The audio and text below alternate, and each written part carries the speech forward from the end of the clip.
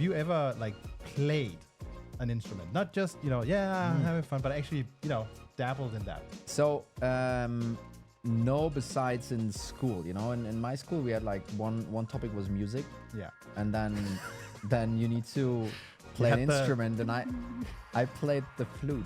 The things like Yeah. That's what I played. Well, at least you didn't get like the cowbell or something. Yeah. It's just because, so you and I, it was pretty crazy. Is that a reference to me being from Germany, the countryside in Germany or what? You get a little Wow. You get a little red. So the thing is, when we started this show and basically set it up, uploaded everything, 0 downloads, the first realization I had is like, I'm on Spotify now with JC and all these amazing people. And I also found out that our guest was on Spotify. Oh. Not just on podcasts. No, but he's a rock star. That's different. But he is like legit on Spotify. It's and you might have heard of him, maybe not through the music. I don't know. Actually, do you get that, Anthony? Do you get a lot of folks going, love the music? What do you actually do? I see you on LinkedIn, but I don't get it. Is that a thing or? No, not normally. They're very different spheres of my life. Our, the day job, what we do with B2B SaaS companies, is a very different crowd than what me and my friends playing in bars and stuff in Chicago on the weekends. So there's not much overlap. There is some though. Actually, there's been some people that I've met on LinkedIn who have then discovered our band and are now probably more fans of the music than they are of our content. And then on the flip side, there's some people who discovered our band and then realized that we worked with B2B SaaS companies, and they were like, oh, my company does that too. And we've actually moved over from the music conversation now to the messaging conversation. So a little bit of overlap, but not much. So here's the thing. Why am I talking about this stuff? Well, because today we are going to talk about how to manage messaging when you're multi-segment, multi-product. And Anthony is kind of multi-segment when you think about it. You have the music. Wow. You have the music, Wow. and then you have the messaging, right? So I'm getting ahead of myself here. Sorry. Because we have Anthony here. And if you don't know Anthony, you're basically the co-founder and partner at Fletch. We've worked with you guys before on basically making better messaging for your SaaS website. That's kind of how you would put it, right? Yeah, that's a great summary. We basically work with mostly earlier stage companies, but some later stage, some large publicly traded companies as well. But we primarily work with companies maybe seed to Series A around figuring out how should we position ourselves in the marketplace, and then taking all that kind of strategic stuff and figuring out how to put it onto a homepage. Because what we found is that a lot of the positioning experts out there work with primarily only growth stage companies, and they'll deliver a really nice, sleek PowerPoint. And if you're a large company with a lot of employees, you're fine getting a PowerPoint because you're like, well, we got all these teams to go execute. That's great. If you're working with earlier stage companies, they're not paying money for just PowerPoints. And so early on, we were like, we probably can actually deliver a lot more value by taking the strategic stuff and knocking off a huge item on their to-do list, which is often we need to refresh the homepage. We raised a round of funding, and we're about to go to market in a more deliberate way, and we're going to push all these people to the page. And we haven't updated it since we first launched, and it's way out of date, and it doesn't really capture all the new segments we're going after and all the product features we've added. So we just need a wholesale revision of how we talk about ourselves. So that's basically what we'll do with most companies. Come in, help them figure out what markets are they entering, what way should they position the product, and then how do you actually take that and rewrite the page? I feel a lot of people listening will feel seen right now. That's number one. And number two, what got me hooked? I mean, I saw your post and I was like, I got to check this guy out. And then you had this banner. It's like, we help, I think, founders market hard to market products. I was like, that's me. Inbound right there, right? Message to Anthony.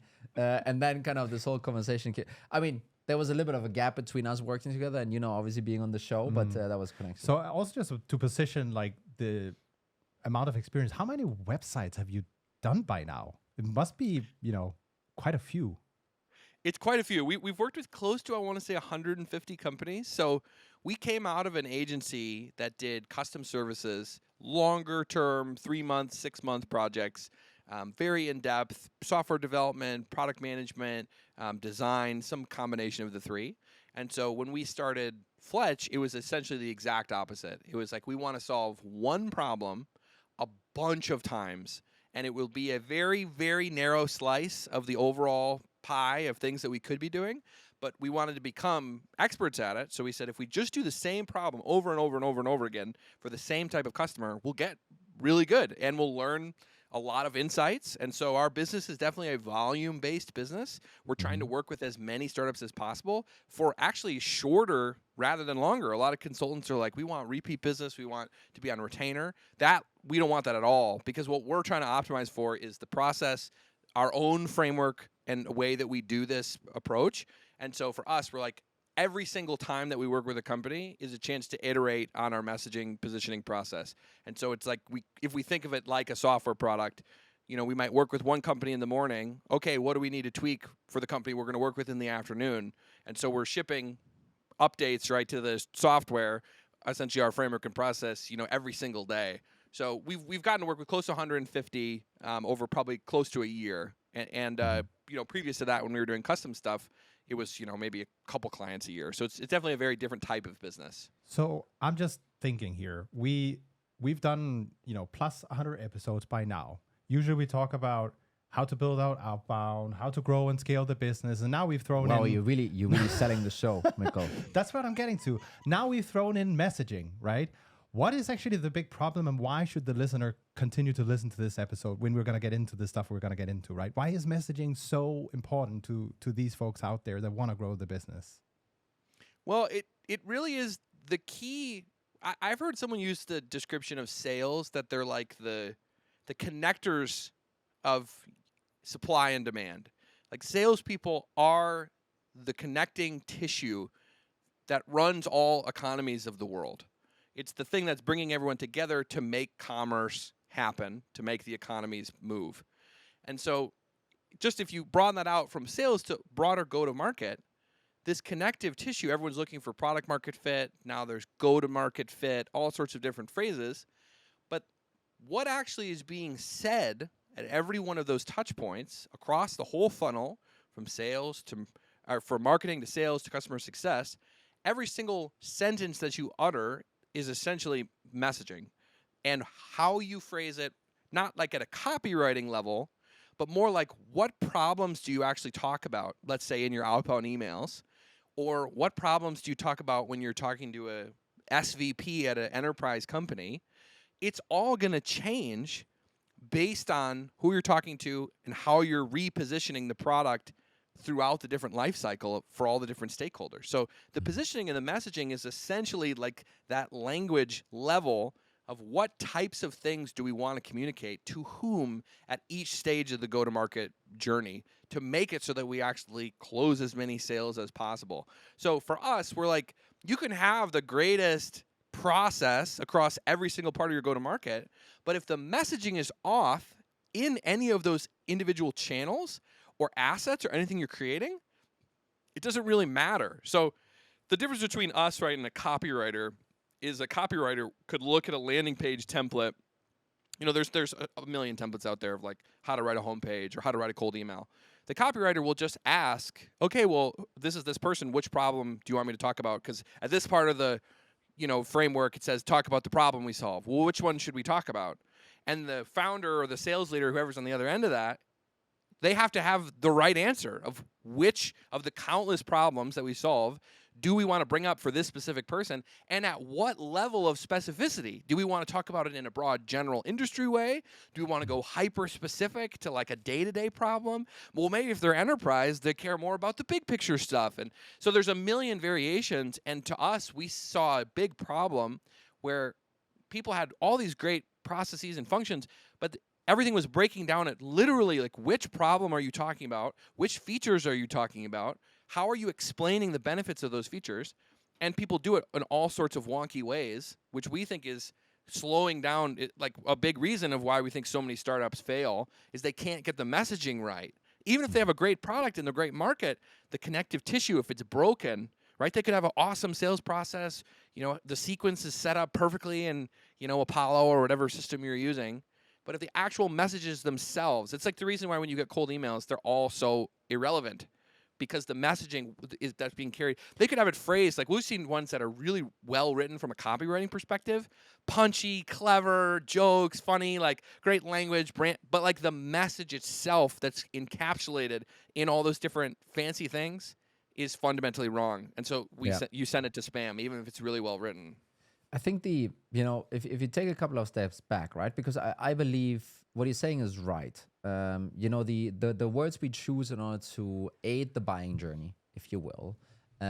If you disconnect those, then the buying journey will less often happen, period, right? And maybe end up being just a 1-year deal instead of renewing and so forth, right? So you're kind of acquiring the wrong customers because you're mixing things up when you're talking to them. I think though what everyone is thinking about primarily when they think messaging, it's, what do you have on your website? And that is mostly the conversion point they're super concerned about. It's like, hey, we finally got someone on the website. We finally got someone to watch an ad. We finally got someone to read the outbound email. What is the right combination of words to get them to click the demo request, right? And then I think this top funnel piece, I think this is for messaging is extremely powerful, right? Because the reach is so far and so forth, right? So I think when people talk messaging, and you're right, kind of it goes across the full funnel, I think they usually end up focusing on the top end. Is that something that you've also experienced? I mean, you're kind of fixing website messaging, so I guess kind of that probably kind of matches here. But is this also kind of your experience that maybe, hey, we've kind of nailed the messaging on the website. Now we don't need pro marketing anymore. Or what's how do people think about this? I think usually at some point in the journey, people realize it's not really working. And usually the phrase we hear on sales calls with companies that might work with us is always some variation of when they get on the demo, they get it. I show them the product and it clicks and they're super excited. But a lot of times they get on the demo call and they say, I don't really understand what you do. And then they look back at themselves and they say, well, I mean, we're clearly stating it on the website. Why aren't they getting it? And then we look at the website and we're like, you actually didn't state it at all. Like you actually aren't even showing any of the things that the product does. We were working with a company that is deep in like the logistics space. And it was so funny because we worked through our whole process and we were trying to figure out like what feature sets we wanted to highlight on the homepage. And even that, right? Highlighting features. And this is a pretty big, I think they're like Series C or something. So they're fairly large and growing, right? And they were like, yeah, we get on these demo calls and the people, they just like, they don't really get it. And so I was like, let's just take a look at your website again. And so at the end of our process, we had listed out all these different feature sets and they're trying to compare. They're like, one guy on the call was like, we really want to talk about this one. We think this is really, really compelling. And we had fleshed it out exactly what it does and what problem it solves, like value proposition, all that stuff. And there was like probably 10 different options. We're like, we probably want to pick the top 3. No one's going to read 10 different value propositions end to end in a web page. They're going to maybe scan 3 if we can get them to do that. So there were big argument, debate, well, this guy want to talk about this guy want to talk about that. And then I was like, well, let's just pause for a second. So I scroll over in Figma to their original website, and I'm like, look, none of those 10 value propositions are on your website right now. You don't actually talk about any of them. And they were doing what effectively almost everyone in B2B does is somewhere early in their career, they're not marketers by trade. Most people are not marketers by trade, except even marketers not really marketers by trade. But people who work on websites in startups especially, they have one piece of advice that they've internalized, which is sell the benefit, not the feature. Nobody cares about products. They only care about outcomes. We got to talk about the outcome, right? Outcome driven, not output driven, outcome driven. Like it's baked into our product management lingo and vernacular, that whole outcome thing. Value-based pricing is a really hot topic, right? Don't price on all that stuff. So what they end up doing is they walk up the ladder and they say, well, what outcomes do these people care about? Well, I mean, they really care about increasing revenue. They really care about lowering costs. They really care about reducing risk. And so you look down the page, and it's essentially those 3 phrases worded 10 different ways from end to end. And they never specify how do they actually achieve those outcomes for the customer. And what they're forgetting is that they're not Salesforce. Anyone can tell you what Salesforce does, probably in all of B2B. They don't maybe need to know the individual things, but they can loosely give you the pitch of what the product does. So if Salesforce runs, the H1 on their website, grow faster with Salesforce, I think that's what they had for a while. Everyone kind of believes it because they're the market leader, and they don't need to be told what it is. When you're a startup that isn't Salesforce and you write grow faster with product name or company name, people just don't believe it. So there's a huge believability gap when people are talking about outcomes without ever showing the how. And so we end up with these pages that effectively don't say anything. They only talk about outcomes. And the even funnier part is that most people, if you ask, what's the biggest problem with messaging in B2B? People would say, oh, everyone just feature dumps. They just talk about, and I always challenge and I say, find me one B2B homepage that feature dumps. And because people comment this on my LinkedIn posts every day. And I'm like, I actually think that might have been a problem 20 years ago. I don't think it's a problem anymore. I think we have a new problem, which is the opposite. No features at all. And then no one has been able to come back with, look at this website. All they do is talk about too many features. Nobody talks about any features at all. So I think it's so funny with the Salesforce example, because I've found myself as a marketer in this situation where you look at this aspirational company. Intercom is probably the most classic of them all. And you go, look how great it is. We should just, do like them. And then you realize, you start the exercise and start thinking about it. It's like, well, our business is kind of different. We can't do it the same way. And I think that brings us to kind of one of the things we wanted to talk about today. Well, what do you do if you're multi-product or multi-segment, right? Then it's not actually super easy. If you have like a very specific problem you solve, like it sounds like for you at Fletch, it's very, very clear. It's this thing and nothing else. Everything else is kind of cut away. But if you're multi-product, which for a lot of SaaS companies, as they grow and scale, becomes a necessity almost for some of them to become a platform play. What does that do to this? How do you solve that problem, basically? Yeah, it's a great question. And it really depends on your go-to-market strategy. There's, in general, maybe 3 different ways that people tackle this. And we see startups usually choose the wrong one. So I'll give you an example. When I'd say to you, what is Stripe known for? You would likely say payments processing. Well, Stripe does like payments processing. And I know this for a fact because I asked ChatGPT that exact question. And anytime I kind of want to gauge what's the voice of the internet think, you just ask ChatGPT because it's effectively it's just summarizing what does the internet think about something. So I said, what is Stripe known for? Well, they're known for payments processing. Great. Stripe valuation, maybe it's a little less now that things have leveled out, but I think maybe their 2021 or 2022 valuation was $50 billion. So very valuable startup, very high growth, well-known household name. They still lead with payments. The payments product, kind of the payments product suite. But Stripe has 19 different products that span all sorts of different use cases and segments and reasons you would want to use them. But Stripe also knows how hard it is to get a spot in people's brains that is not easy to be remembered in the minds of customers. So Stripe is like, we're known for payments processing.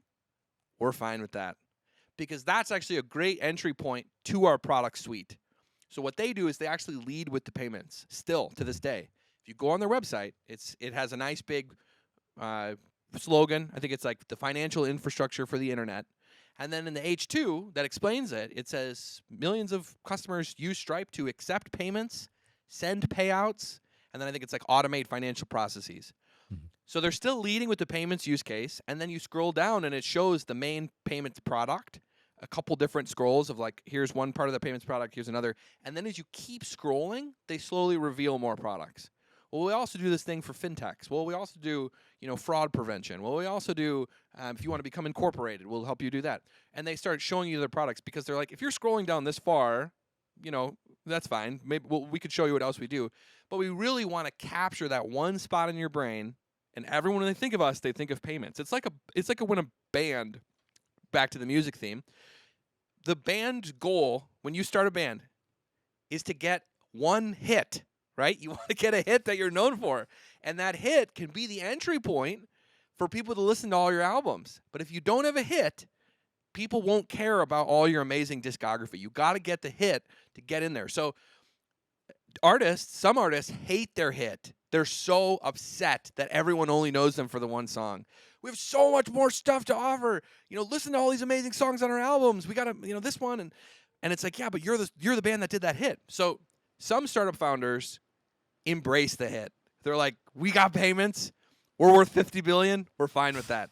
Other founders are really upset, and most of the time they don't have a hit yet, and they're thinking, I'm gonna collectively get famous from an album. We're going to release 10 different products. None of them are very well known. And maybe the collection of them will get us famous. And famous for them would be successful with lots of customers, product market fit, right? So that's the first one, is really just be okay with leading with one thing and push the other products down. The next stage up is more of like we want to show you that we have multiple products for multiple people. And we're thinking homepage, right? So a great example of this is Rippling. Rippling creates, they have a bunch of different products.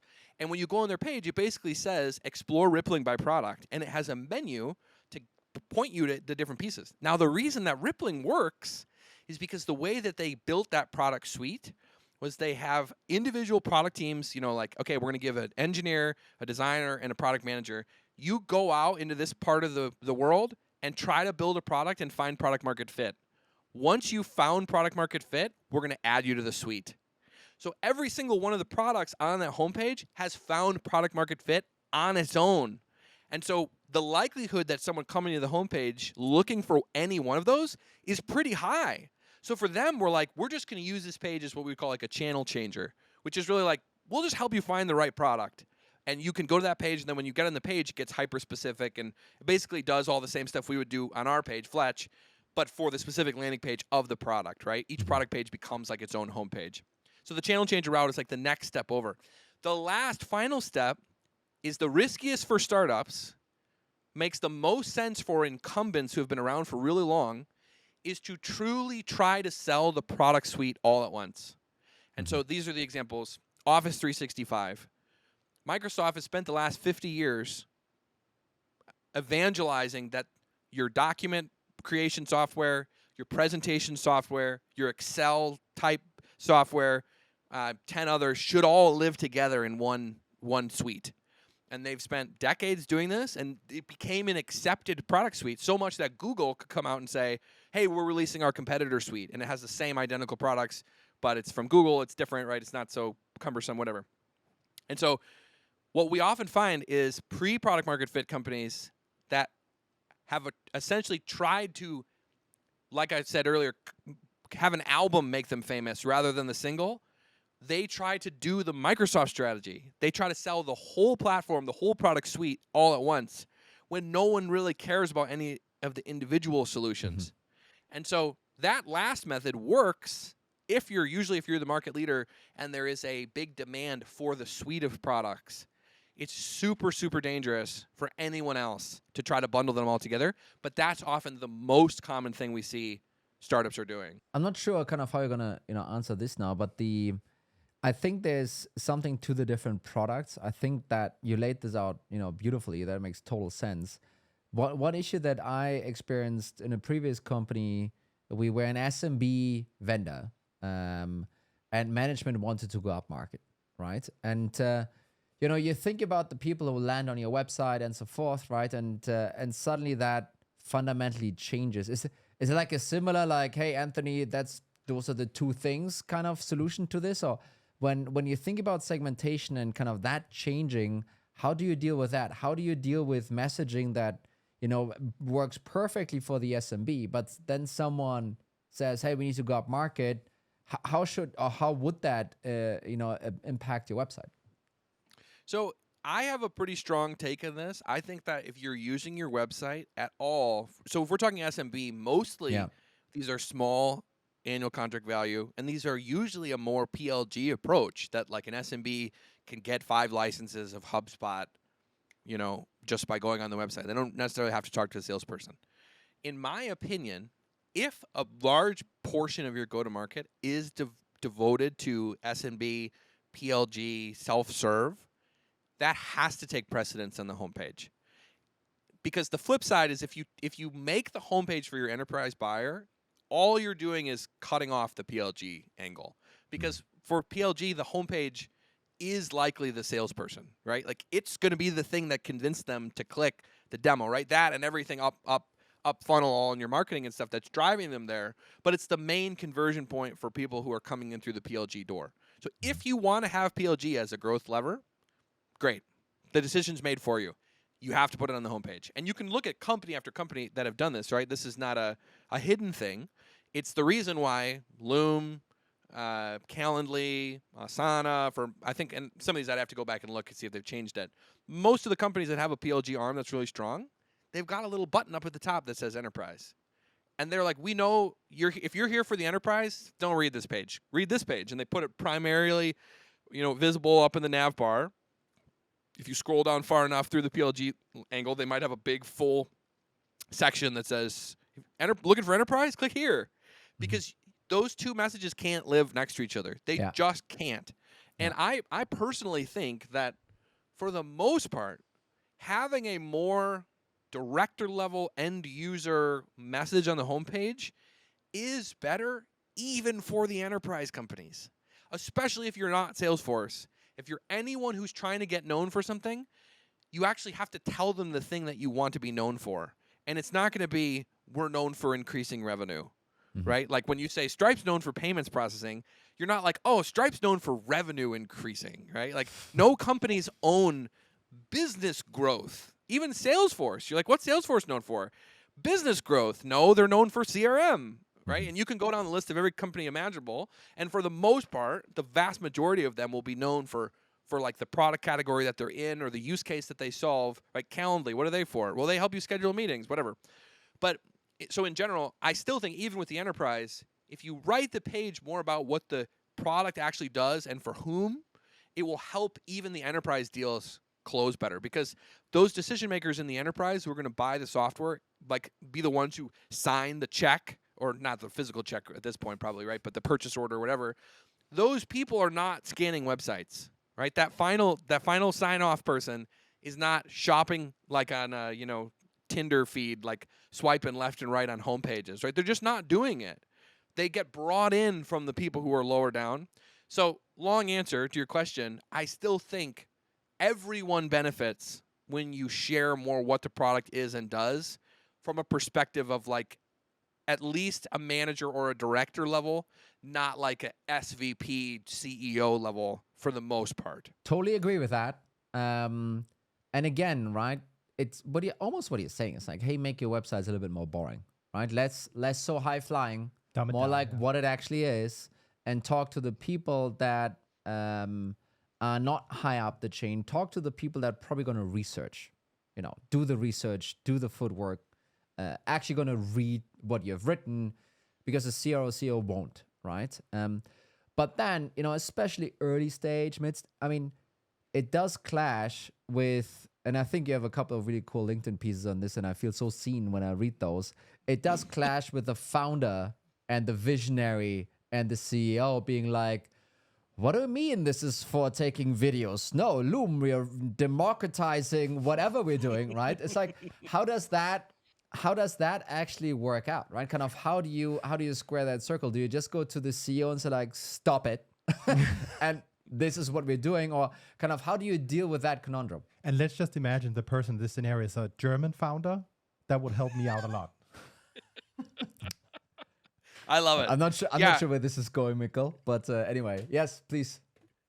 We tried to win that argument with clients before they ever actually reach out to us, which is why we post on LinkedIn the way that we do. Like one of the standard messages now we send people, and I don't send it to everyone. If I get a hint that the founder I'm dealing with who wants to work with us is like, I'm the big visionary, and I'm just getting a sense they're not going to like what we tell them to do, I actually send them a LinkedIn post that I wrote and say, before we decide to work together, you need to read this, and you need to be not only okay with it, you need to embrace it. So tell me if you're not okay with it, then we should probably not continue.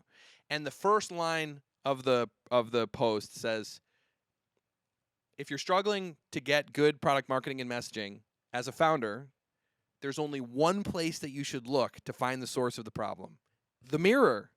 And I basically say, you are the problem. The reason your company cannot get messaging right is 100% your fault. And it comes from a good place. It's because you want to be this giant company, which is great. That's what's going to get this thing off the ground. You need the vision. But there's two ends of a spectrum. There's the founder's vision, and then there's good product marketing, and they're opposite ends of the spectrum. Yeah. They're almost never the same thing. Because talking about the next 5 years, all the industries you're going to dominate, your product roadmap, all the things you're going to become, the way you're going to democratize, whatever. That is the opposite of good product marketing. Good product marketing is, what does the product do today? For whom? What problem does it solve? And especially if you're selling, like, you can find visionary customers who are really wanting a competitive edge, who will buy into your visionary message, but they are not the mainstream market. They're not even the early market. They're a tiny segment of crazy people who are looking for moonshot ideas to give their companies a competitive edge. And there's not many of them, not enough to make you a real company. And so those people will maybe buy into it, but the rest of the world is like, I'm trying to solve problems and avoid getting fired. Yeah. And I'm about to get fired because we have this problem in our company and we can't figure out how to solve it. And if you come along and say, hey, we actually solved that problem through these specific things that our product does, that's going to actually get you the meeting, not the other one. I think, and this is maybe a personal story from my side. So, I mean, when I was kind of in a capacity as a CRO, I didn't care much about messaging, by the way. It wasn't really my thing. Now, CEO, that changed it just a little bit. But I think what made, where it made click for me was actually when you think about what you're putting on the website, are those the same words you're going to be putting in an outbound email? Not exactly, right? It's going to have the same core to it, but you're going to be talking about it in a different way. Are those the same words you're going to be putting on a LinkedIn ad or a Google ad or whatever you're going to do? No, but the core is very similar, right? And I think the trap that many folks fall into is that they spend a lot of time working on this investor pitch deck, which the buyers are these visionary people, right? It's the ones that you just described, kind of the crazy people that don't exist, and they buy companies, they don't buy products. And if you are successful pitching them, you will need to be this visionary guy talking about all the things you're going to democratize and dominate and whatever you're going to do. But that, while that is true for your pitch deck, and while it might work, the same angle doesn't work on your website, albeit it could have the same core to it, right? So this context switching, I think it's really important. And I think what kind of helped me think through this was one of the things you were actually saying when we're kind of going through the process. Tony, who is actually going to be on this website? Who's actually going to read the whole thing? Who's actually going to scroll down? And the answer was very clear. Well, it's going to be a head of revenue operations, director of revenue operations, something like that. Okay, so it's not the visionary folks, it's not the other people, it's not the VP of sales, is that specific persona, right? And using that in order to structure your messaging, again, it needs to be connected to the same thing in the end. Don't get me wrong, but I think that helped at least me kind of to wrestle through this. But hey, it needs to be the same area because it actually doesn't. Yeah, I think you nailed it, right? Thinking about who's actually going to read the website is a lot of times the thing that cuts through the clutter.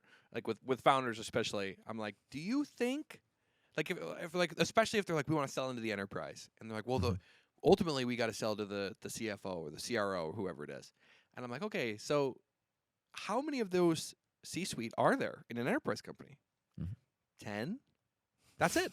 So it's like, if you can't get Mark Benioff on the call and you're trying to sell to Salesforce and you wrote the homepage for the CEO, tough luck. I guess we're moving on to the next one. It's like, oh yeah, remember that there's hundreds, if not thousands, of director level people at Salesforce.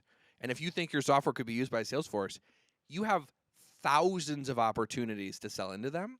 And those directors are not going to resonate with the same message that Mark Benioff would need to hear to buy this. Right. And so if you get that wrong, you're writing the page for one person or two people when there's 1,000 other opportunities over here that if you just leveled it down to something a little more realistic of what the product actually does, you exponentially increase the likelihood that you're going to get a conversion.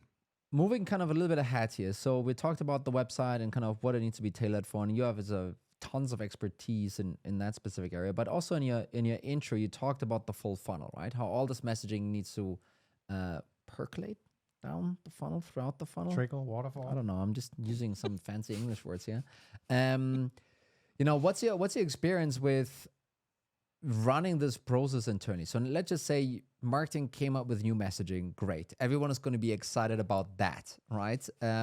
How do you make sure that your sales reps adopting it, that your CS reps are adopting it, that it's being used in collateral that's going out, that etc. Kind of how do you make this massive change happen in this organization? And it might be different scales of it, right? If you have a smaller team, 20, 30, 40, 50 people, it's a different challenge than even 250 people or 1,000 people. Yeah, we don't have like truly the answers for the very large companies, and it's actually funny. We've worked with. It was actually even. I'll step back a second. We've toyed around with ideas for software, like okay, if we pivoted out of services consulting, right, and into software, we've had ideas of like how could you build a messaging house that actually gets these things out into the world, like into the teams, so that everyone is actually aligned, right? Brings it into their workflow and stuff. And because right now the answer is you spend all this time with marketing or whoever, they come up with this whole positioning, this messaging value propositions, and it lives in a 50-page Google Doc that nobody reads. And they send it out, sales is like, okay, what do you want me to do with this, right? Like I'm using my pitch deck, it's working.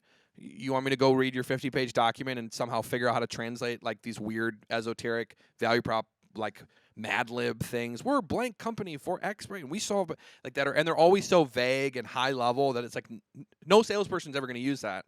So we've always been trying to figure out like, is there a way that we could actually like somehow recreate it? Maybe with some sort of ChatGPT type thing where it's trickling into whatever.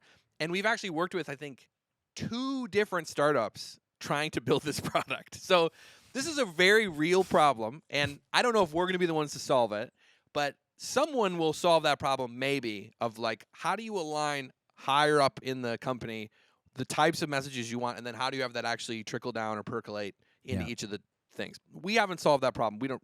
It's change management, right? It's the same. Yes. There's a whole discipline around making that happen. For the smaller companies that we work with, we actually say use your homepage and the landing pages as your messaging doc. So rather than having a Google Doc, make the pages themselves so clear that they explain the problem, the specific problems that you solve for whom, how you solve it at a features and capabilities level. And this can be across multiple different landing pages. But the difference is that when a salesperson is using this in their workflow, they're not going into a weird pre-translated set of messaging where they have to essentially do the translation themselves of taking it from the weird Google Doc, putting it into the asset that they understand. Once you've translated it into a landing page or a home page or a product page or whatever it is, when the salesperson's like, I'm about to sell into this retail person, right? They pull up the retail landing page and it has been written in such a way where it's extremely clear.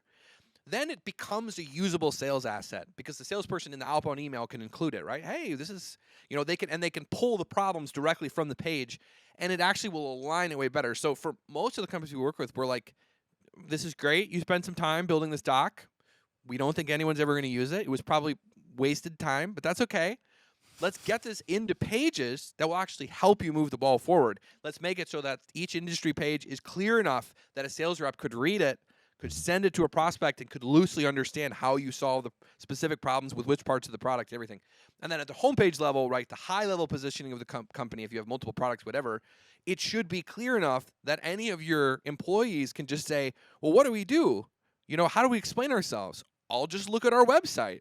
The vast majority of B2B homepages are not up to task. Yeah. Employees can look at it. Prospective employees can look at it, and customers can look at it. And nobody has any idea what the company does.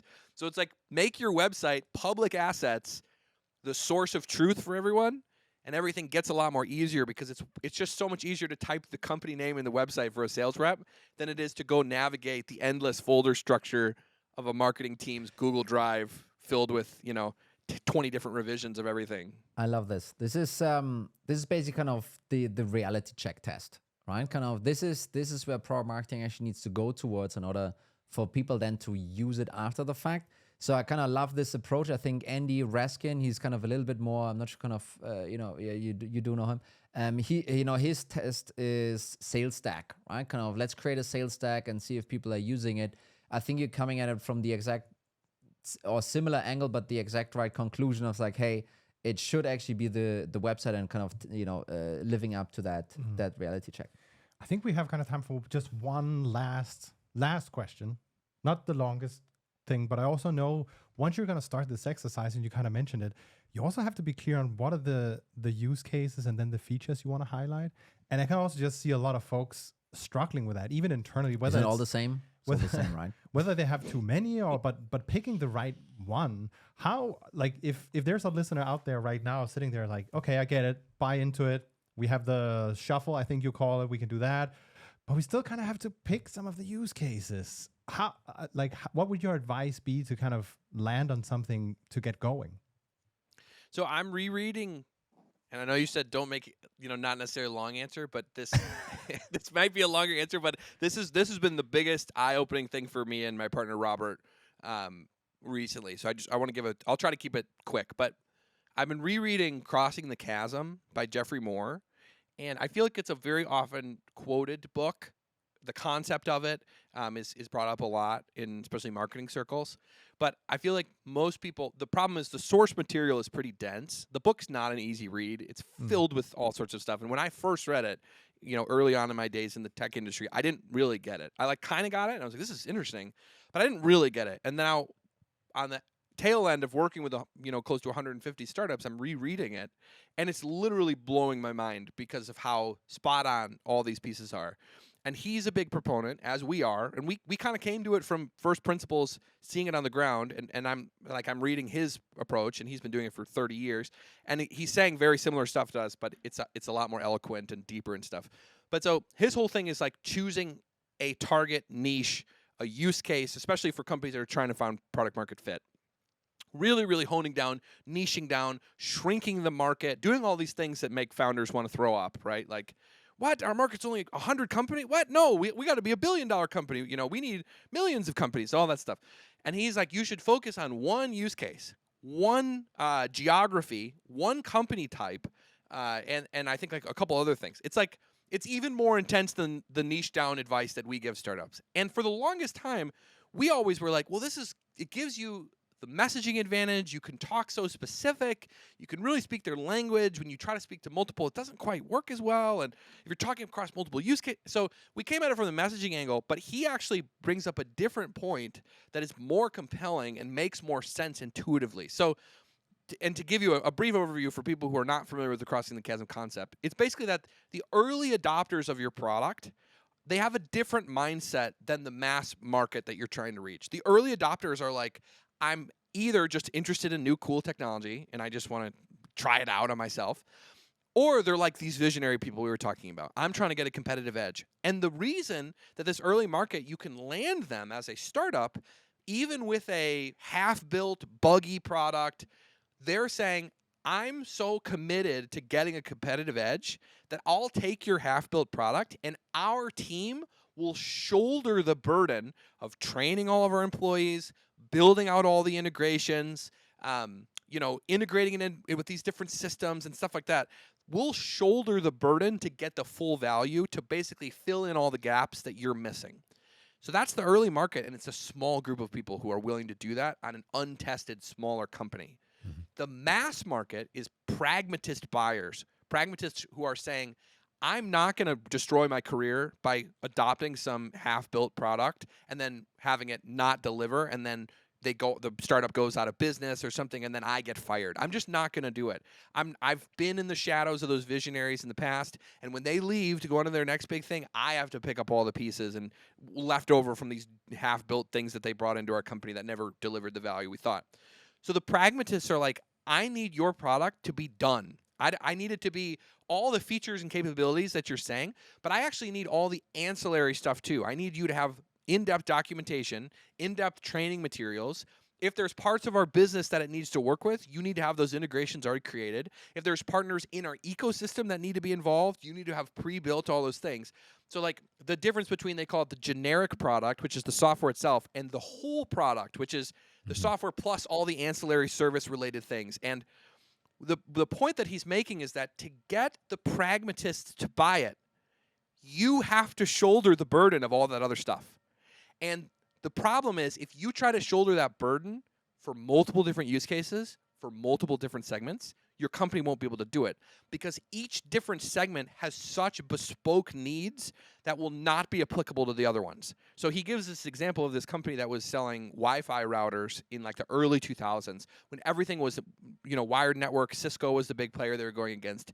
And so the reason that picking a specific use case in a beachhead segment is so important is because to get the pragmatists to buy into it, you have to do all that extra stuff. So they picked colleges and universities as their first beachhead, which if you're a founder and you're selling Wi-Fi routers, you're like, my TAM is the whole world. Everyone needs Wi-Fi routers, right? I should go after it. But they said, no. What we need to do is get traction in the early days. So they shrunk the TAM to like however many universities there are in the US. And what they said was, we will deliver the whole product. And the universities had a laundry list of things that they needed before they were going to adopt this. And those things that they needed were not shared by the other segments, right? The financial services companies, they had their own set of things they wanted. The, manufacturing companies, they had their own thing. But they built out the whole product just for colleges. And within a year, I think they had gotten 50% of the market share of all colleges in the US. For a smaller startup, that's a good chunk of change. And they went from being a no-name person to a player, because what happens is, with this tight use case-based niche or customer segment-based niche, right, all those people talk to each other. So these different college people were meeting, presidents were having dinners with each other and getting together for community stuff. And they're like, oh, we just got all these Wi-Fi routers, and we're moving off the wired network. They're like, well, what did you do about your the grading system that connect? Well, actually, they solved that for us. Well, how did you get all these wireless access points into the dorm? Well, they came in and installed it for us. So they basically, the word of mouth, because it's a tight-knit community of a couple hundred or 1,000 schools, it just snowballed, and they became this market leader. And now you have the revenue from selling, let's say, 1,000 routers to one school across 50% of all universities. Now you actually have some power and bandwidth to start adding on additional use cases and segments. When before, when you're a tiny little scrappy startup, you couldn't have done that. And the same thing about choosing like a specific use case to focus on.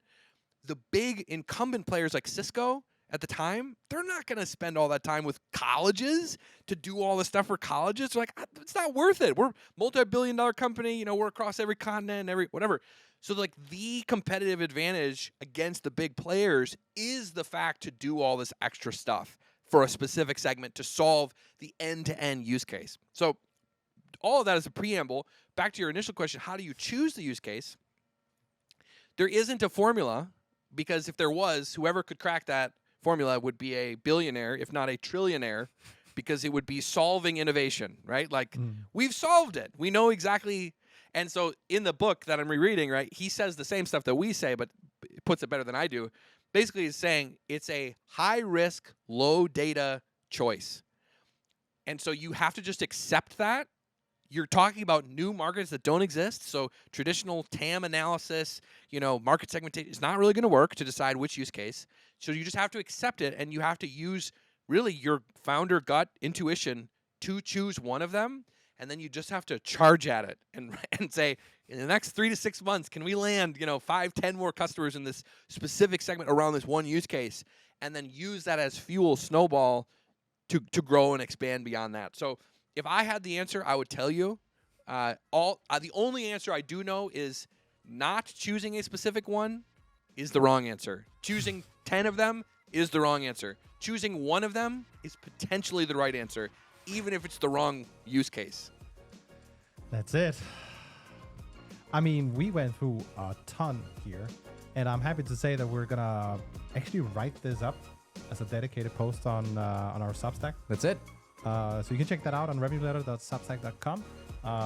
You have a ton of visual frameworks and a ton of aids that are super helpful when going through this exercise.